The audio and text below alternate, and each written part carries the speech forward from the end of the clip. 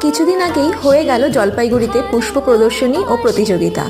এরকম এক্সপিরিয়েন্স আমার জীবনে প্রথম, আর এখানে যাওয়ার পর মনটা তো খুবই ভালো হয়ে গেল। প্রথমে দেখলাম কিছু গোলাপ, তারপর কিছু ফলের। এত ছোট ছোট গাছে যে এত সুন্দর ফল ধরতে পারে, না দেখলে সত্যি বিশ্বাস করা যেত না। এখানে বিভিন্ন ধরনের ফুল রয়েছে, ডালিয়া, পিটুনিয়া, ভার্বেনিয়া, অনেক ধরনের। বেশিরভাগ গাছের ফুলের তো নামই জানি না।